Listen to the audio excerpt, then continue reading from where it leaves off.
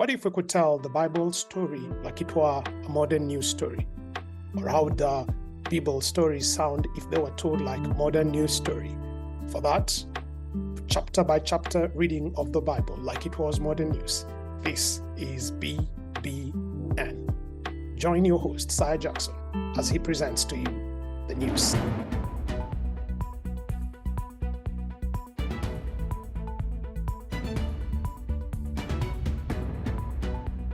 News just arriving into the BBN studios. Popular preacher Jesus bin Yusuf of Bethlehem has been arrested. The incident is reported to have taken place in the early hours of this morning, and as details emerge, we will let you know. Joining me in studio from the ground is our ground reporter to give us many more details. Pekuzi, please bring us to speed about what you do know. Thank you. Indeed, it's very correct what you've said, that Jesus, the man from Nazareth, has been arrested. This 33-year-old son of a carpenter was taken into custody early morning, or should I say late at night, in the company of Roman soldiers. He was seen being taken by the top leadership in the Jewish community, and we are yet to see what is going to him. I tried to get some insights from credible eyewitnesses who actually saw the incident happening, and most of them were shy to be able to speak in front of camera, and some of even his disciples were not ready to take any questions from me. So do we have a sense of what are the charges being leveled against him and why it necessitated for him to be arrested in this manner? The exact charges are yet to be clarified. We are still waiting to see what charges shall be preferred against me. But as you are well aware, I should give you a little bit of background that probably led to the culmination and ultimate arrest. This man was famous for performing various miracles that were really mind-boggling. We saw him actually giving sight to the blind. We saw him make the people who are lame to walk, so to speak. And the biggest or the most grandest of them all, we saw him actually bring the famous philanthropic and renowned Lazarus of Bethany back to life after he had died for 3 days.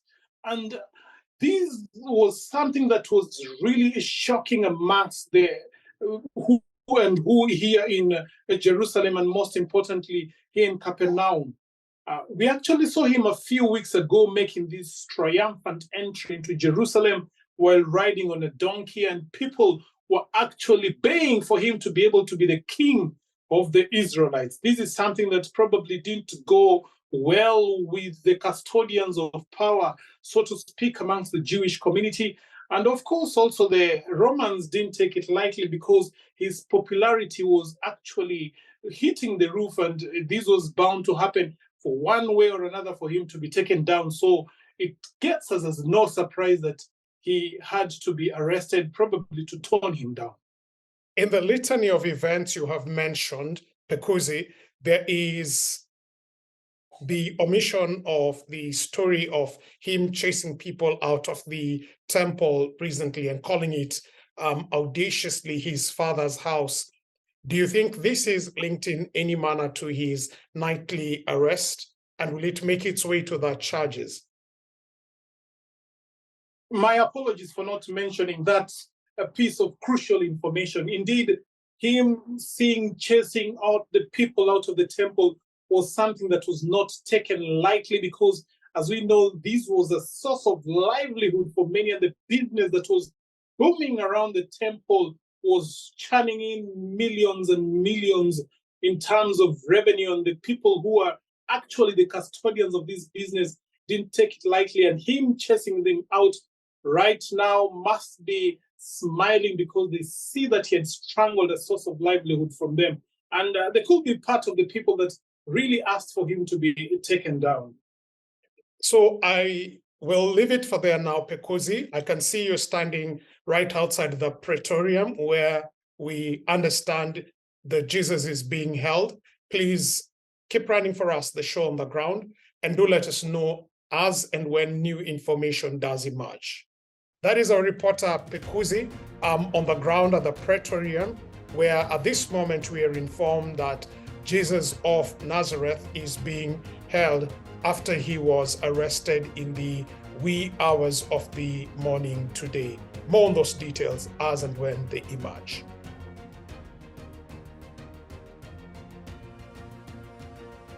Indeed, it is a day full of many moving pieces and lots of drama.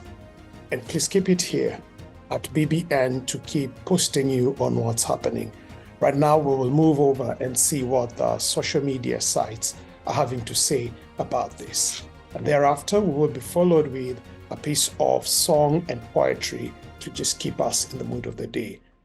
For all the latest news, keep it here at BBN.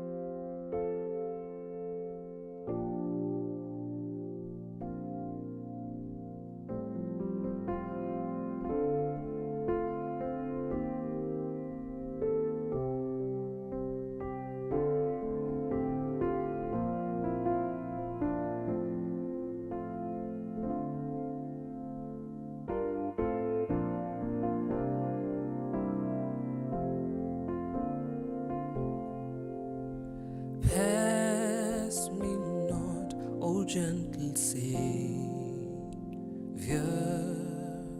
hear my humble cry. While on others thou art calling, do not pass me by. Savior, Savior, hear my humble cry. While on others thou art calling, do not pass me by.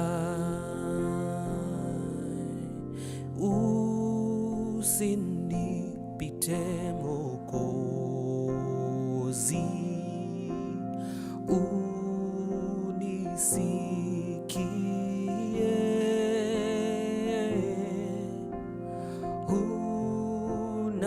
unapozuru wengine,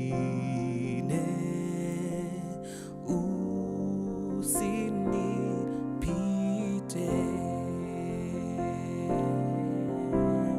Bwana,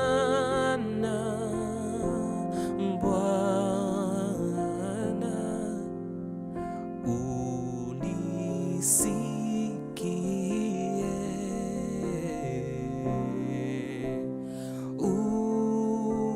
unapozuru wengine, usinipite.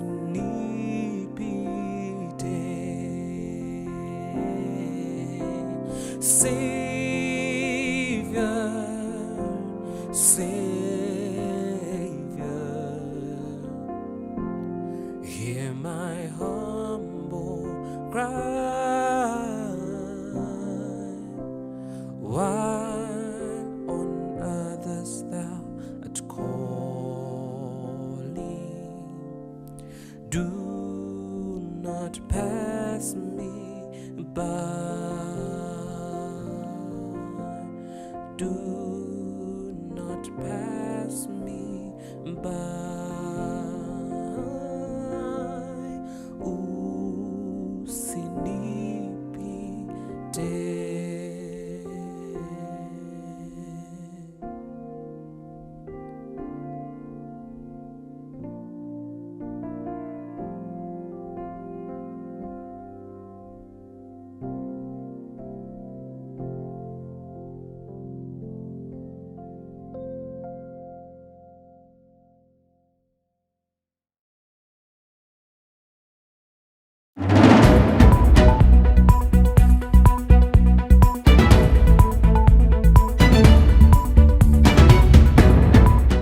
Joining me to discuss more the implications and the next steps about the arrest of Jesus, son of Joshua from Nazareth, is Professor Urui from the University of Jerusalem. He is an expert in criminology and in Jewish legal matters. Welcome, Professor Urui. Thank you very much. Indeed, it's a pleasure being here with you today. So first question first to you. Thank you for joining us.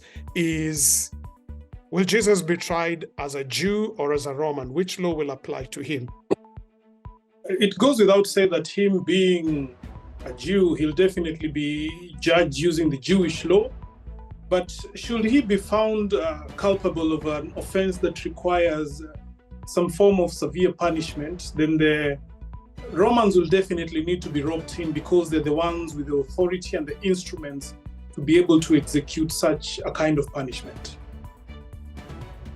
With that now in mind, and for the benefit of the viewers, could you please walk us through the Jewish legal system? Let's first of all start with the structure. How is the Jewish legal system structured? The pleasure is mine. The legal Jewish system comprises of an organ known as the Sanhedrin. This is the specific organ that is mandated to be able to sit and pass any form of judgment on any Jewish citizen or member, so to speak. It is basically a 70-member committee, and the chief priest who sits as the head makes it a total of 71. The number, of course, is odd for the basic reason that should there be a place where they need to cast votes, then the votes will not be split into two, but will have, of course, an odd number.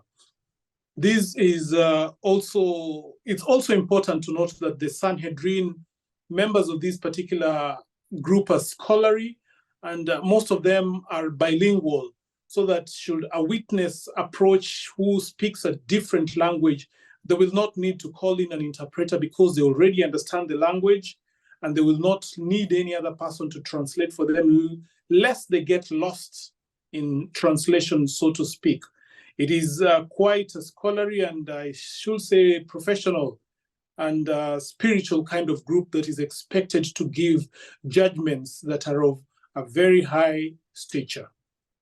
Well, we do know Jesus has been arrested this night.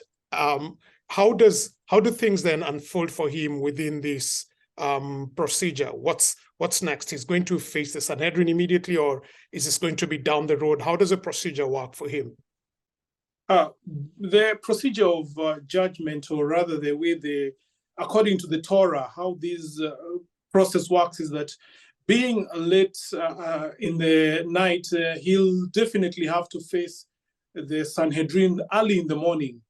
This is for the simple reason because should, in the course of the process of them hearing him out, find out that he's committed an offense that requires him to probably offer a sacrifice in the temple, it should be within the temple hours. So that's why the judgment is done in the morning, in the daylight, so that he can be able to have the opportunity to go and offer this particular sacrifice in the temple, so to speak.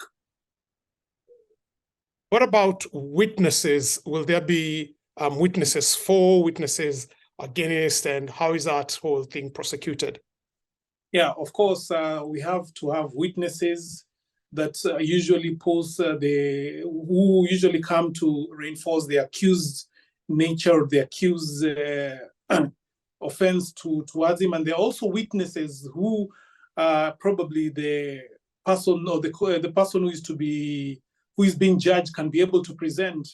But important to note is that the witnesses only come one after the other. They don't come in all together, or they don't come to give their testimonies at the same time. This is for the simple reason that the witnesses should not hear each other, that their statements shall all be different. They shall be different and not coached or not conniving towards a particular kind of result. Importantly, for a person to be convicted of an offense, 2 or 3 witnesses should be able to give a similar kind of evidence. Once that is done, then we can be able to say that three different witnesses, they've not heard each other, and they're all speaking the same thing, then this person is culpable of the mistake that has been presented to him. So what happens, you've already said Jesus is going to be tried under Jewish law, but if he's found guilty of something needing corporal punishment, he will need to be referred to Roman authorities. What happens if he is found guilty of something requiring the ultimate punishment, like death? How does the Jewish system handle this? Well, according to the rules in the Torah, death is a very heavy punishment, and should it reach that point whereby it's evident that he needs to be killed, then what happens is that the Sanhedrin needs to retreat at least for 24 hours for them to carefully examine and consider the evidence that has been brought before them, so that there is no conflict whatsoever in the evidence that is before them. And during this particular time, should there be any other witness who can give evidence that exonerates this particular person, he's given the opportunity to be able to present it before this group of people, before they can ultimately say that indeed this person can be set free or he can be executed. As a way of thought here is, Professor, given the high bar and this rigor, one would wonder, does the Sanhedrin ever convict any person? How do they ever get any convictions done? Well, you should be able to know that according to the Torah, the Sanhedrin basically faces, or rather is set up on a predecessor kind of setup that is heaven bound. Whatever happened in heaven is the same rules and regulations that they are probably using. And their main reason and purpose is not just to convict and to condemn, but to be able to see if there is an opportunity for this particular person can be redeemed. That's the basis upon which they use. You should be able to appreciate the fact that one of the famous quotes in the Torah is that God does not take pleasure in the death of a sinner, but looks for any possibility that this person can be able to turn out from their sinful ways for them to be able to be redeemed. And that's the basis upon which the Sanhedrin fundamentally looks at as they go about their process in examining and judging out any particular culprit that is brought before them. Indeed, these are interesting times ahead. I'm sure there'll be a lot of interest on this new development with the arrest of Jesus of Nazareth. Thank you, Professor Urui, for making time to be with us. We will be happy to tap into your perspectives as this case continuously evolves. So, viewers, as you've heard, Jesus of Nazareth has been taken in. He is currently being held at the Praetorium. We'll be following that story and giving more details as and when they emerge. As for now, I'd like to leave you with this song and poem that has been given to us at this moment. Until then, stay with the BBN.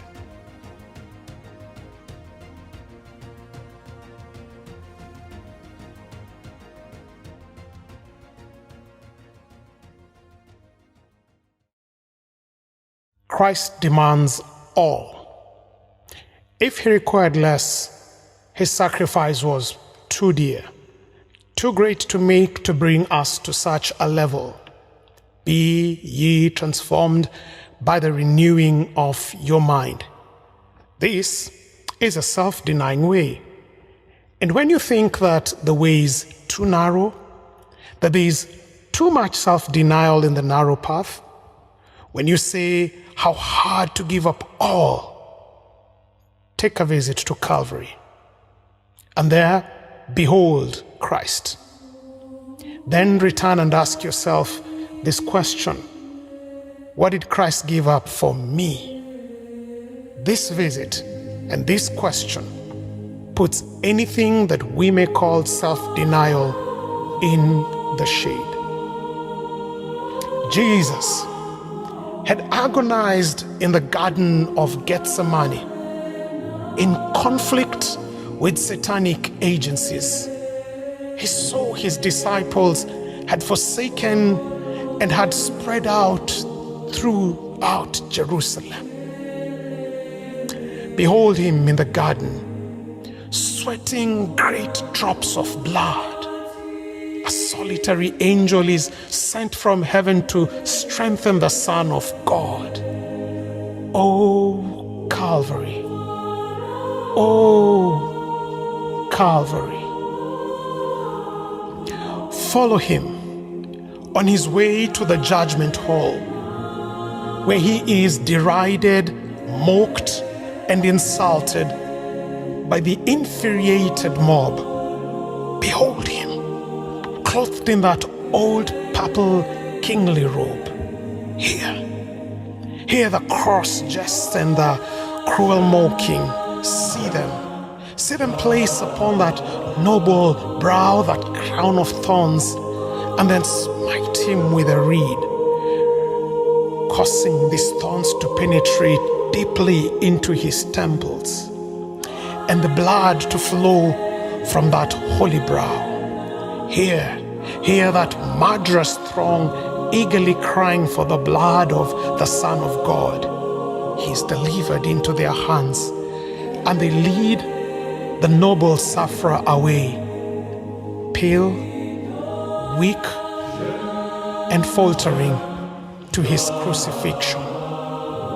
Oh, Calvary. Oh, Calvary. Passing at the gates of Pilate's court, the cross was laid on his bruised shoulders. He was weak and he staggered.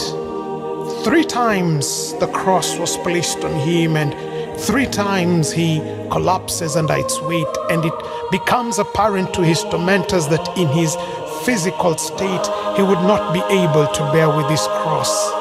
But no compassion fell on him until a stranger from Cyrene appeared on the scene. Oh, Calvary. Oh, Calvary. Oh, Calvary. Arriving at the place of crucifixion, 2 thieves were brought in.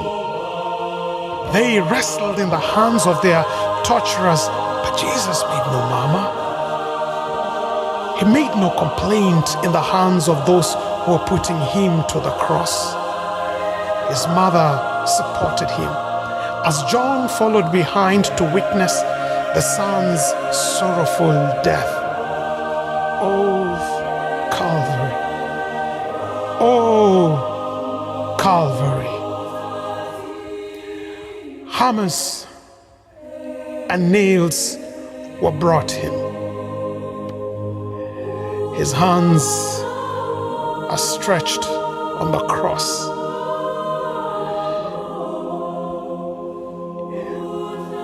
And the nails are driven through his tender hands and feet. Each sound of a hammer was followed by the spilling of blood as the spikes were driven through the tender flesh. His disciples could not behold the sight of his death. Behold him, hanging upon the cross those dreadful hours of agony, until the angels veil their faces from the horrid scene, and the sun shines and no more and hides its light, refusing to behold. Think of these things. Think of these things, knowing he was tortured, he was beaten and mocked for your and my sins. Then ask yourself, is his way too narrow? It is a blessed privilege to give up all for Christ. Look not at the lives of others and imitate them and rise no higher. You have only one true unerring pattern. It is safe to follow Jesus only.